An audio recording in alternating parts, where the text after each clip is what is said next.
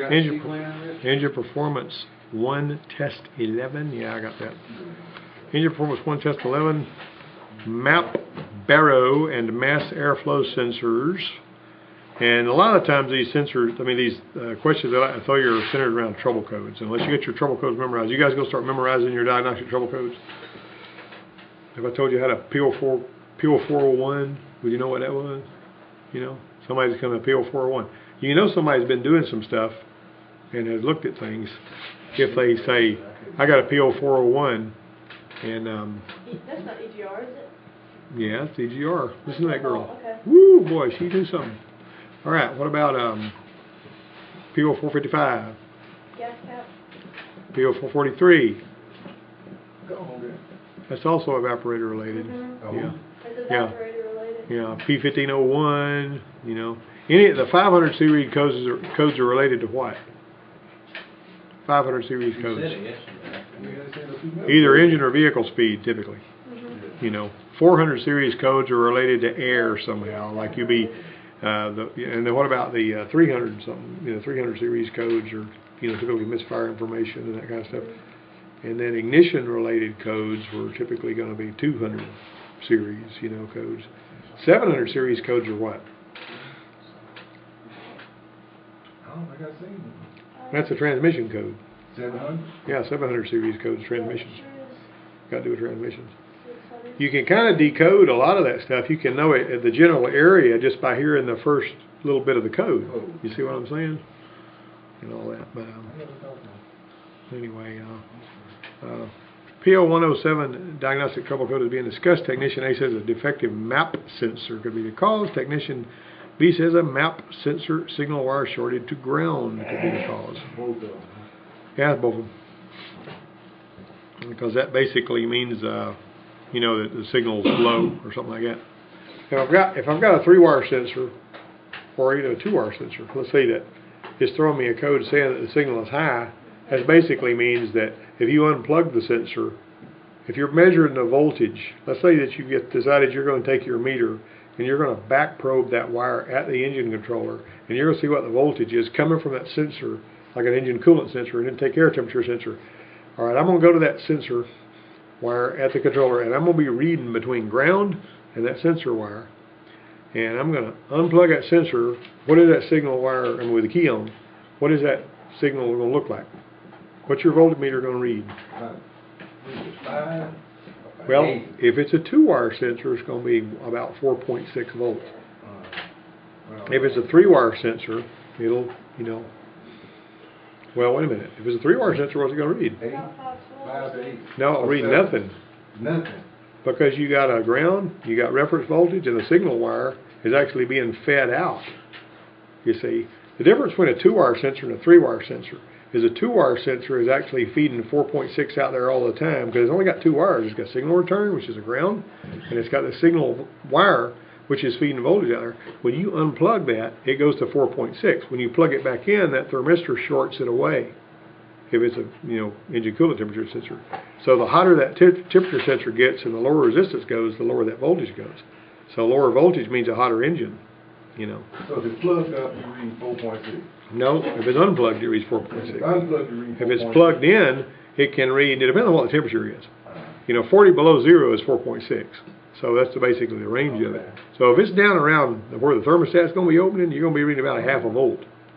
See what I'm saying? So it's running from about a half a volt with the thermostat opening to about 4.6 at 40 below 0. See where I'm going with that? I mean, you just burn that in. That's whatever. Before we had a data stream on Ford vehicles, I went around and just back probed all the sensors on every car that came in and just remembered what those voltages looked like. And then they'd come in with one, you know, puffing black smoke or acting ugly and all that kind of stuff. I'd poop, that one ain't right. Poop. Fix the wire, pop a sensor on it, send it out, boom. You know, 10, 15 minutes. I was through it. Everybody said, how the heck do you do that? Because they were going by the pinpoint test in the shop manual, which stunk in those days. So I can just get put the sensors on there and write. No, what you're going to do is plug the daggum scan tool in, and look at all of them on a scan tool, which is what I've been trying to get everybody to do for 2 semesters. Plug a scan tool in every time you get a chance, and look and see what they usually look like. With the engine cold, as it's warming up, burn that in. That way, if you plug it, you can go out there and try to fix a car. You know, I mean, nothing scarier than if somebody hires you and you tell him you know this stuff. I had this guy up there that runs a shop in New York City. He's a friend of mine. He's a guy that I know. He's a nationally known automotive trainer. And I'm not going to say his name because I don't want to throw his name around without them giving me permission. But he told me that there's a lot of people that get out there and they study, to get certified and everything, and they just study the books. I mean, like these guys have been doing, they just sit in here and they get the paperwork done and all that kind of stuff. They get just enough in 2 years in the field. If you pass the test, you get a patch. You know what I mean? And so they'll study and study and study and study and study, and then they'll get a patch. And he says that they'll hire him. He said, "Man, I'm certified. I know this stuff." And then he starts sending them work orders. They can't fix nothing. He said, "I don't know how many of them I fired." He goes, "They misrepresented themselves.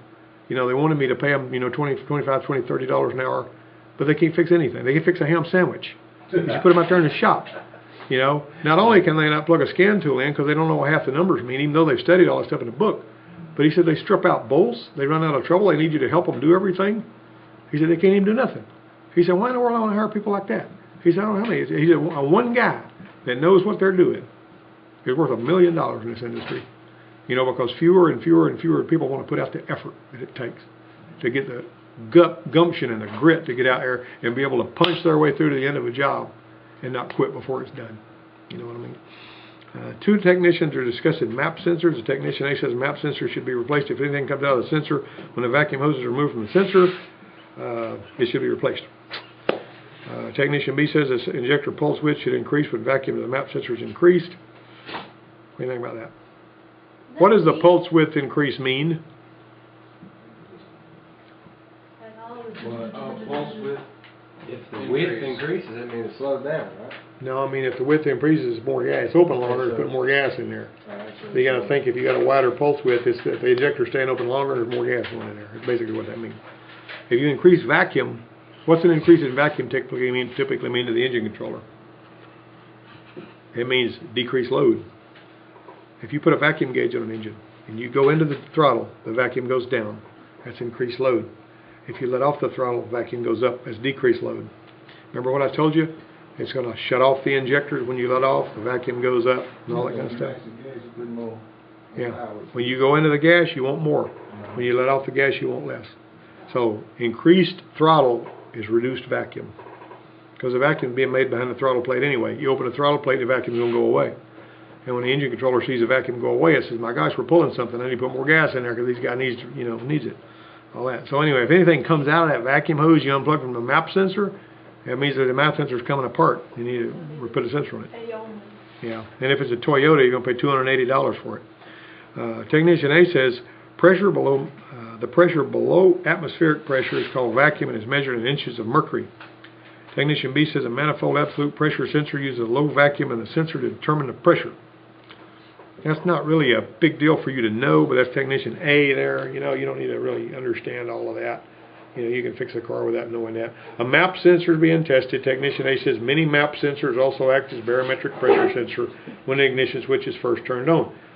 And that's true. When you turn on the key, that thing's going to wake up. It's going to see, I looked at the throttle position sensor. Okay, that's closed throttle. It's going to look at the MAP sensor where it is now because it's actually reading atmosphere before the engine starts. That's what the barometer is telling me. It's going to look at intake air temperature, engine coolant temperature sensor. It's going to say, okay, he's going to come to engine start. I need to double pulse my injectors to wet the manifold. When it starts up, I need to sequentially fire them. And we're going to be sitting here paying attention to engine load so I can determine how to modify this pulse width. And when my oxygen sensor gets hot enough to where I can start paying attention to it, I'm going to go into closed loop fuel control. I'm going to be paying attention to that. And I'm going to start running this thing at about 14.7 to 1. Unless I'm a flex fuel, and then I'm going to do other things. All right. Let me see. Let's see. Technician B says on many MAP sensors, the signal voltage should increase in the vacuum as the sensor does. Yeah, if you're measuring voltage there, yeah. That's C there. Both those guys are right. Technician A says a heavy engine load results in high intake manifold vacuum and a high MAP sensor signal voltage.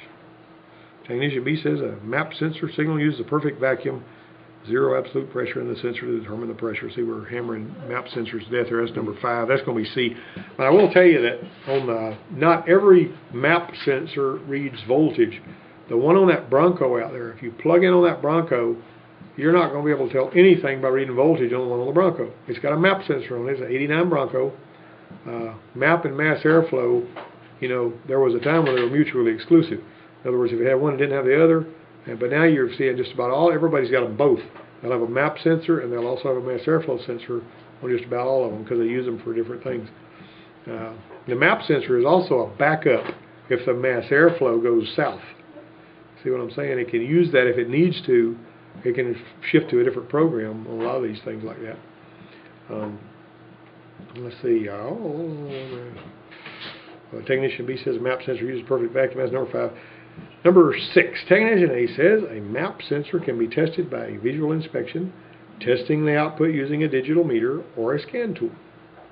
Technician B says a light engine load results in low intake manifold vacuum and a high MAP sensor signal voltage. That's A. Let's just plug our scan tool in and see what it's reading. You know what I'm saying?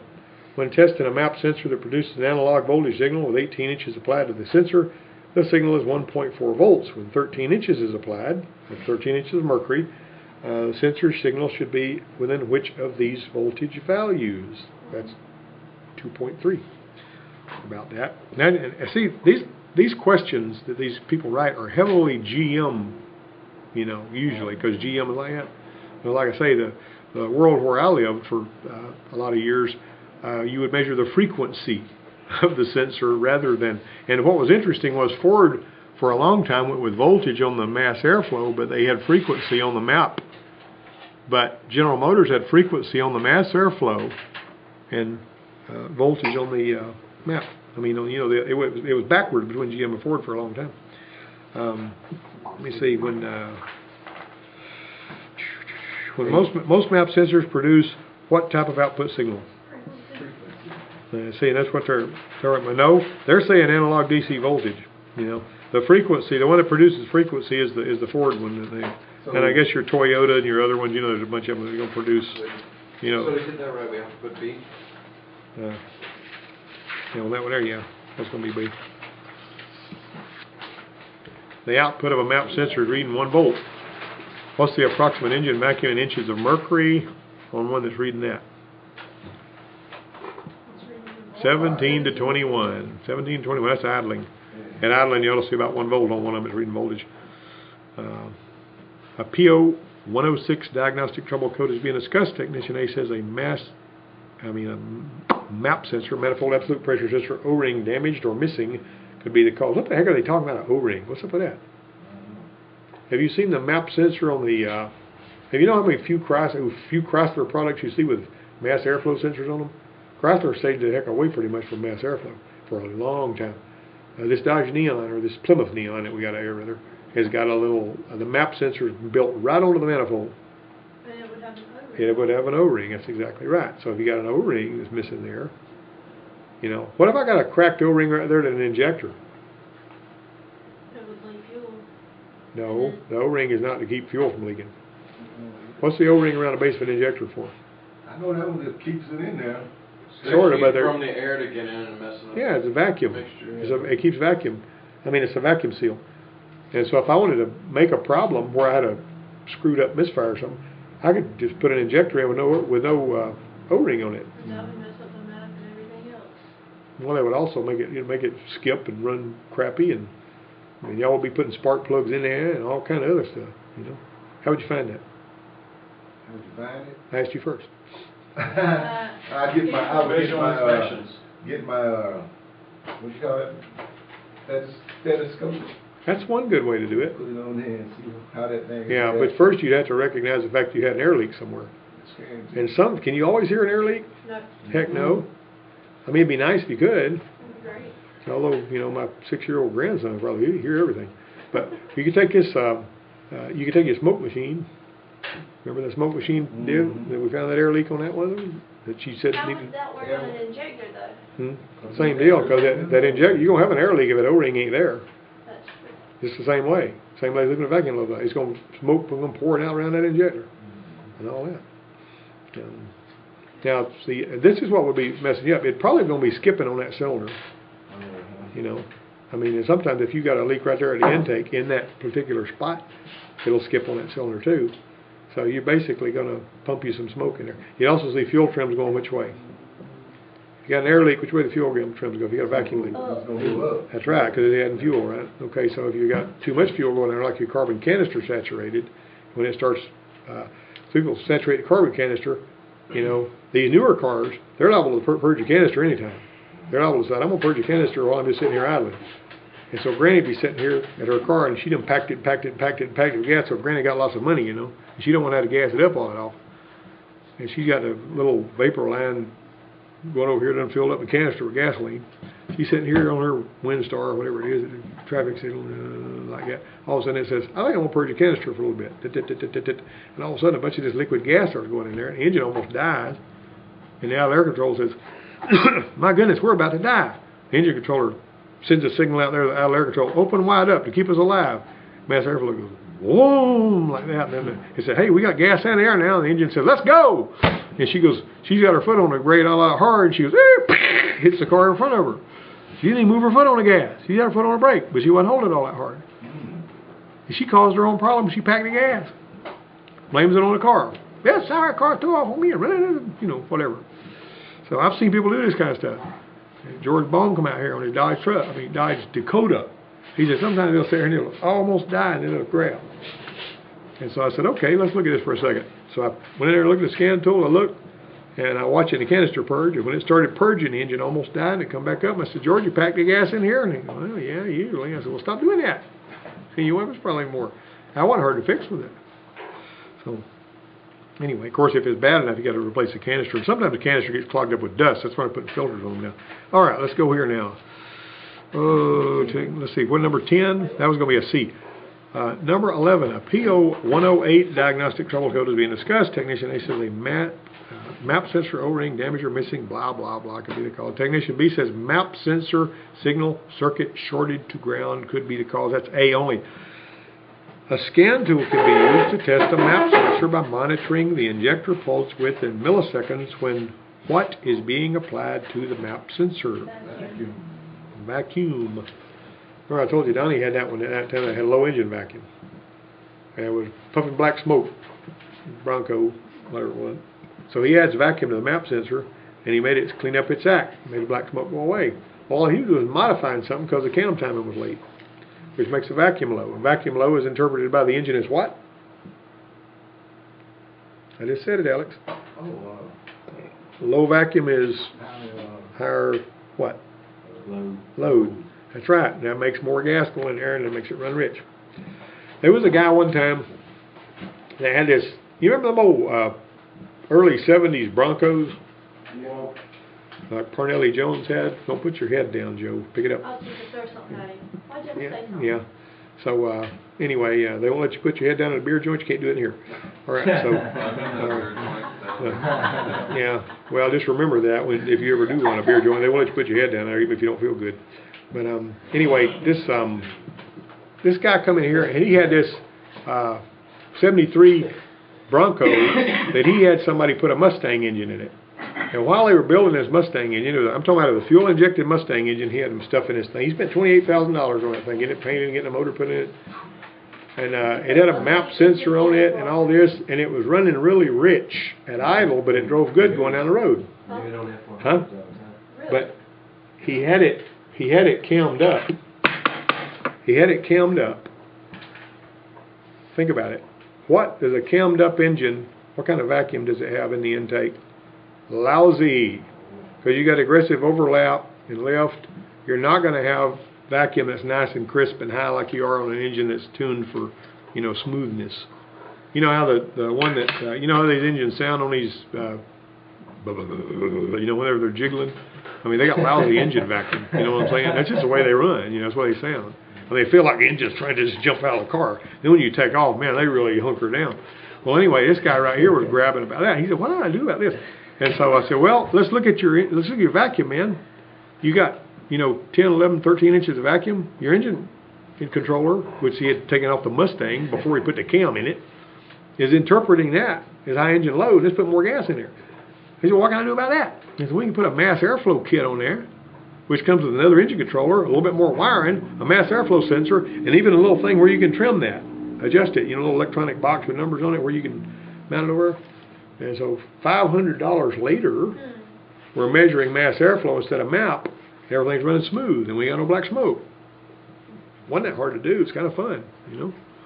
But he spent more money even yet, but he was a plastic surgeon or something. He had a lot of money. All right, let me see here. 13. The MAP sensor is used to check the operation of what on OBD2 vehicles? Whoop, whoop, whoop. Come on, y'all. What happens? Check the operation of the backup system. You know, that's not right. The main system, that's not right either. What about the TP sensor? How could you use the MAF Airflow, the MAP sensor? How about the EGR system? What happens when an EGR starts to flow? I've told you guys repeatedly that low vacuum is caused primarily by three things. One of them is late ignition timing, one of them is late valve timing, and the other one is EGR flow. Now occasionally you'll have a big vacuum leak that you can't even hear that'll make you have low engine vacuum. So that's going to be EGR. If I'm the engine controller and I want to do a rationality check, and I'm going to say I'm going to open the EGR valve and I'm going to see some kind of an indication that it opened. Now your Asian people that build these Toyotas and stuff, well, not always, but I mean like on Nissan and stuff, they like to have a little temperature sensor right under the EGR valve. Because what I tell you, if EGR is flowing, what's your intake manifold going to feel like? It's going to be blistering hot.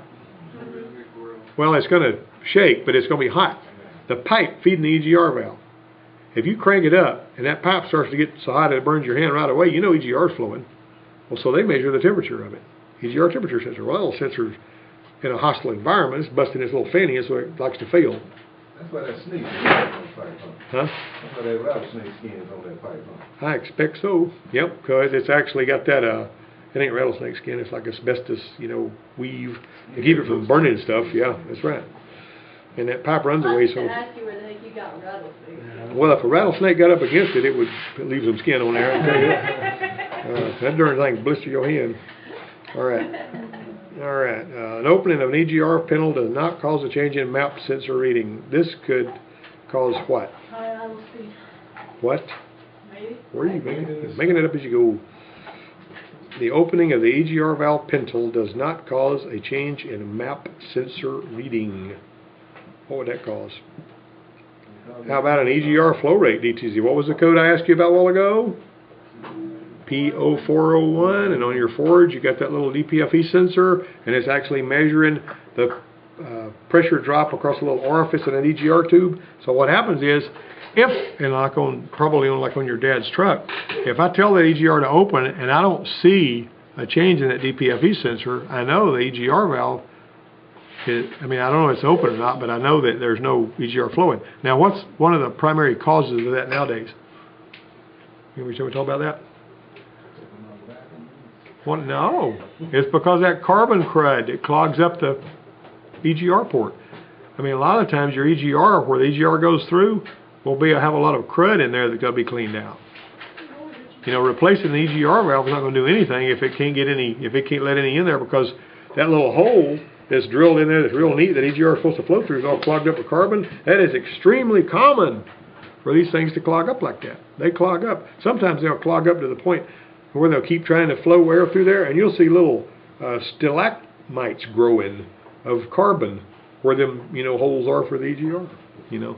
So always pay attention to that. If you got, if you can find the places where the EGR flows, you're liable to see some carbon crud stopping that mess up. True and false. The MAP and Baro sensor may be the same sensor. That is true. We talked about that earlier. May be the same sensor. Very sure about that. Number 16. The MAF Airflow Sensor on a General Motors 3800 V6 is being tested for contamination.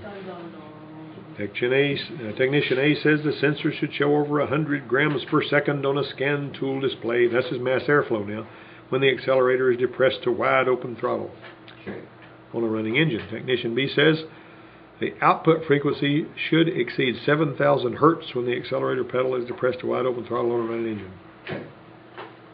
Now, I don't know about you guys, but I don't really like depressing the throttle to wide open throttle on a running engine unless I'm under a load driving down the road. I don't either because You know what I mean? that's wasting gas. Now, if it is a Power Stroke diesel, like the one that Quincy has, one of the things we're supposed to do if we're going to check one is you hold the gas pedal or the accelerator pedal to the floor for 3 minutes and let that thing thunder Screw that. against the bumper. Boom, boom, boom.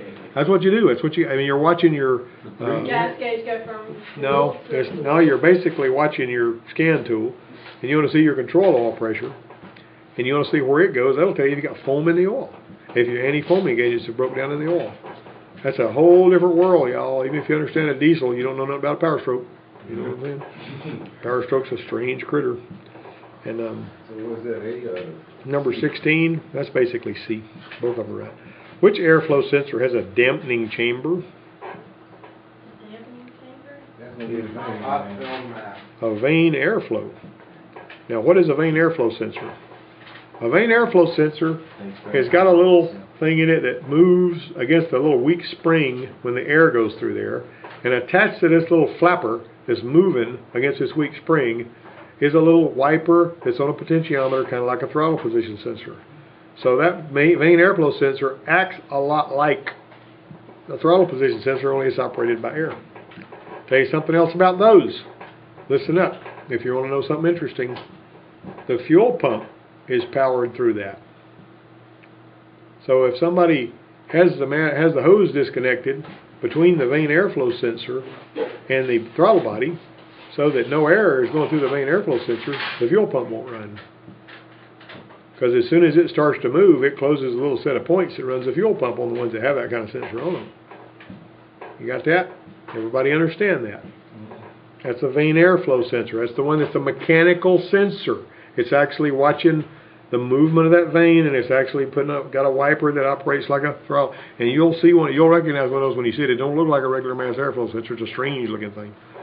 And I should be able to pull up. See, we had one in here one time. I think I showed some on a lot of these Asian cars. A lot of these little Toyota pickups have got that on it. A little Bosch thing, you know, or Bosch style thing. Air that enters the engine without passing through the airflow sensor is called what? I'll pass there. What? What are you talking Told about? you it wasn't going to be that, didn't I? Bypass air is basically talking about the air management system. All right, what you got? I said it because he said I'm just going to go with that. I do not like the answer that they have. I need to edit this test. This answer stinks. Is it fault there? It's what he's wanting you to say, but I call it unmetered air. I call it air that's not being measured. Metered means being measured. So you don't have It's called to measured air. Wow, he said not unmeasured air. It's unmetered air. Unmetered. Yeah. So fault there. PO 102 diagnostic trouble code is being assessed. Technician A says a sensor circuit shorted at ground could be the cause. Technician B says an open sensor voltage supply circuit could be the cause. Which technician is correct? That's going to be Charlie, isn't it? All right. This is good stuff, y'all. Don't turn into a skeleton on me. All right. Hey, I'm actually not turning into one today. I know, you're doing pretty good. You mind that Jeep smacker around? What? That Jeep out there. You've been smacked around by the Jeep, so you're wide awake. All right. Technician A says a MAF airflow sensor actually measures the density and amount of air flowing into the engine, which results in accurate engine control. Technician B says a hot wire MAF airflow sensor uses the electronics in the wire itself to heat a wire 70 degrees Celsius above the temperature of the air entering the engine. Which technician is correct? That's actually Charlie. You got a hot wire and a cold wire. It's taking a cold wire. It's basically taking the cold wire and measuring the air coming into the engine, and it's saying how much am I going to heat this hot wire up to keep it 70 degrees hotter than the cold wire. Those are constants, you know.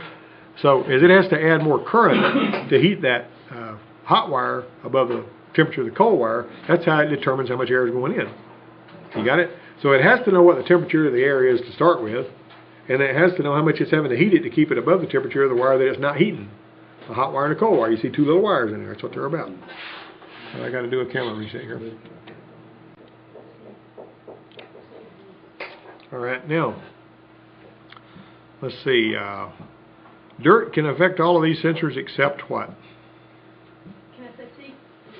I'm gonna say Cold wire mass airflow sensors. Yep. If it's a cold wire. Yeah, that's 21. Now, this was funny. I had this 89 Mustang. Mustang got mass airflow in 1989, but they didn't get no data stream until 1994. Mustang got data stream in 94.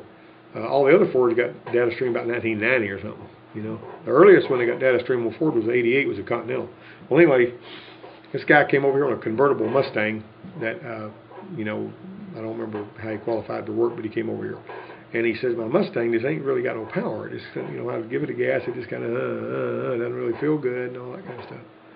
And so I said, okay, and it had quite a few miles on it. Like that. 302 is a strong, supposed to be a strong running little engine.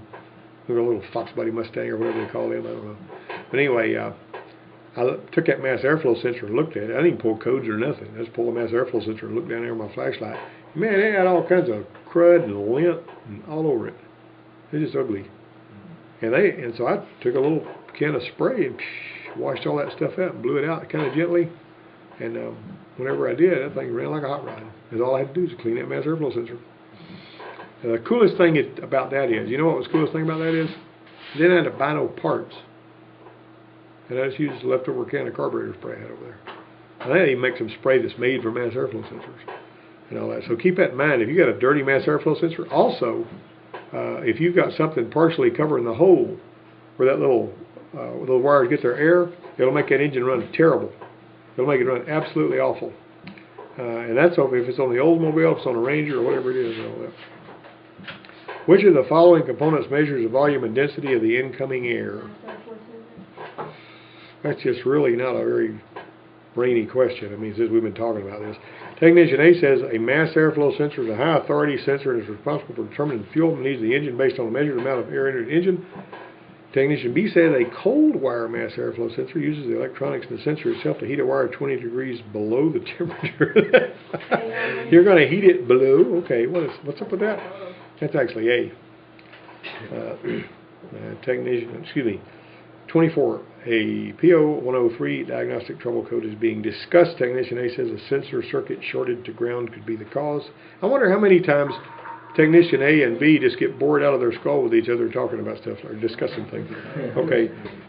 Technician B says a defective mass airflow sensor could be the cause. Which technician is correct? That's going to be C. Which of these can be used to measure the frequency output of the sensor? Which is the hertz of the did I skip 25? Oh, I'm sorry. A P0100 DTC is being discussed. Technician A says could be an open or short. Technician B says a defective mass airflow sensor could be the cause. Let's see. I went out there on more than a few occasions on these little Ford Rangers and stuff that would be sitting there and come in on a hook, you know, that wouldn't be all that old. I'd wire, it wouldn't start. Unplug the mass airflow sensor, boom, fire it up, drive it in, pop a mass airflow sensor on it, clear the codes, short test drive, park it on the yard, good to go. See what I'm saying? I mean, that's basically, see, in this business we get paid for what we know, in addition to what we do, right? Do you want to get paid for what you know? Yes. Yeah. A lot of people in this country could make a lot of money if we got paid for texting, couldn't we? I right. Yeah, because we love to text. I mean, we text all the time. All right, we can't stop texting. We got to text all the time. Got to text. This is another way we do it. This is the way we do our texting here. Watch this. We do this like this. You look like we're looking at our paper. We're doing this. Right. Instructor's stupid. He don't know what I'm doing. All right. How's that happen? Ain't that right? You got that? Yeah. Joe sits where I can't see him because he's behind that screen over. You know. I don't have a phone though, so you ain't got a phone. I know, you ain't got a phone. That's one thing that Joe doesn't have is a phone. That's right. All right, so let's see. Which of these can be used to measure the hertz output frequency of the sensor and compare the reading with specifications? Popcorn. What do you say about a popcorn? Yep. Popcorn. Logic code? Yeah. Digital multimeter. If you have a digital multimeter that measures hertz. Not every digital hertz. That red one you got from Harbor Freight measures hertz, don't it? And that's really handy to have, measure hertz. Now let me ask you this. If I plugged put your meter on hertz, and I plugged it into the wall outlet, what would I see? What would you do? What would I see? Nothing, probably. What do you think, guys? Something melting? Huh? wouldn't it like melt? Why would it You would melt? see something? You plug it into the What, you wall. gonna see the current? 60 hertz. There's metal pins on it. You would see that? Yeah. I mean, that wall cycle 60 would blow cycles up. per second. I'm thinking of blowing that cheap thing. Yeah, You know, I'm not saying no. It might. But you just make sure you're not close to it when it blows it up. You hard to see that shit. Yeah. Turn off your breaker, hook it up in there, put it on hertz, And stand go back back. over here and turn it on and see if it blows up. Oh. If it don't blow up, you can actually see what the, you know, if you look from a distance, don't get too close, you know. If it doesn't blow up. Now I've got a Cat 2 meter, Craftsman meter I bought at the pawn shop over there. I've also got a Cat 3 meter in the office in there that would handle it. But I got a Cat 2 meter that's 600 to 800 volts, which even that's not supposed to be okay for a hybrid vehicle. You're supposed to have a Cat 3, you know. But this Cat 2 meter, I didn't even realize it was a Cat 2 till after I bought it. I said, look at this, nice looking little meter for $20. I'll take it. You know, it's a pawn shop meter. And I found out that that thing was Cat 2. I said, I can use this for all kinds of stuff now. All right, let me see here. MAF Airflow Sensor electrical terminal should be checked for all these except what? Huh? Which one? Tight connectors. Yeah, you're not worried about tight connectors necessarily unless they're so tight you can't plug it in. Here's another thing. On these MAF Airflow sensors and throttle position sensors and stuff, let me tell you this right quick while I'm thinking about it because it's super important. We would have these little vehicles that would come in there sometimes. And you remember when I told you when you first turn on the key, what's it looking for? It's looking for closed throttle on the throttle position sensor, right? It pegs what it sees when you turn on the key as closed throttle. That's why you need to keep your foot off the gas when you're trying to start it.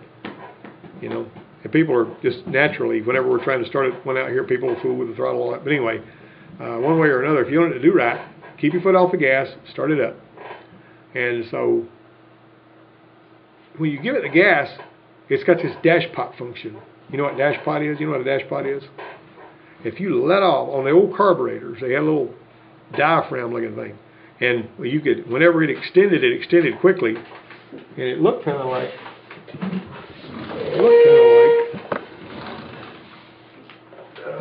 this. As a matter of fact, Joe, you've probably seen one. As you're fooling with them Volkswagens and stuff. Yeah. Anyway, it's on the side of the carburetor, and the throttle plate will rest against this. This right here will come in and out. Okay, the throttle plate rests against it. When you give the throttle movement, this comes out pretty quick. You know, it moves out a little bit. When the throttle comes back against it, it catches the throttle and it lets it come back down slowly. Because if you just let the throttle pop back shut, it causes the engine to stall. Even if there's nothing else wrong with the car. That's one of the things that happens. So the long and the short of it is, that function is still necessary even on a fuel-injected engine. So what they do is they let your idle air control, when you give it the gas, the idle air control opens up. And then whenever you let off the gas, the idle air control comes back down slowly.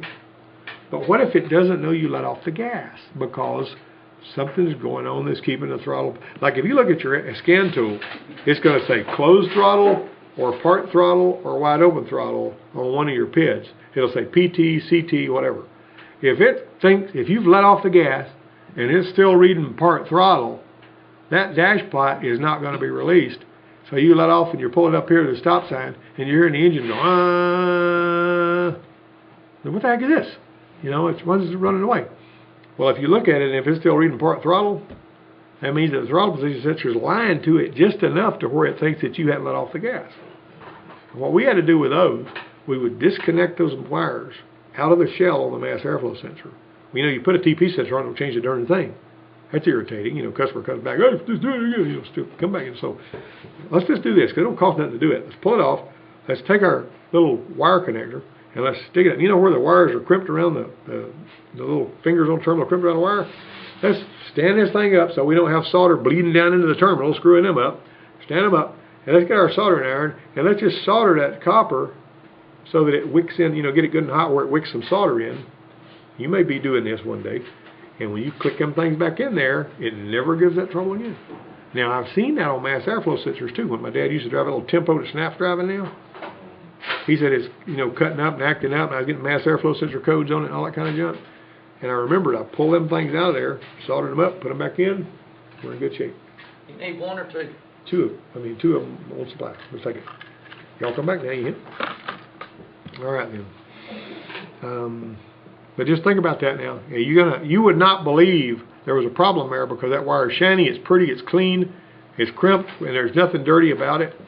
But when you solder it, it makes all the difference in the world. It doesn't take hard. You know, if you're used car boss man over there, if you fix something magically like that, he's gonna think you're a hero. You know, she said, and then she gonna say, well, I did play the heroine in a movie about drug addiction one time. So, all right, then think about that. You get that? All right. Moody, you must be asleep. Okay, all right then. Usually Moody catches something when nobody else does. Ain't that right, Moody? And it worked. All right. Okay. If the frequency output of a MAF airflow is plotted on a graph along with the engine RPM, the resulting line should do what? Opposite directions. Excuse me? Parabola. I don't know what parabola means. That's a parabola. Parabola. It is just a reflection of another. Oh, okay. Hey, I am not gonna lie to you. If I don't understand a word, I'm not gonna try to use it. What do you think? I'm going with Or would it be a straight a line? straight line. All right. This is the interesting thing about this. If I'm gonna get MAF airflow and engine, and MAF airflow and engine RPM, or particularly, well, let's do throttle position. Let's do MAF airflow and throttle position. Should look like this. That's what they'll look like. But if you read map is going to be inverse. Yeah, when you let off. Well, no, I was talking about that, but engine RPM and MAF airflow are kind of going to plot together. See what I mean? Because the faster your engine runs, the more air it's drinking, right? And what's the MAF airflow? It's measuring air, right? Two technicians are discussing a poorly running. Wait, what was the answer? Oh, that was going to be B.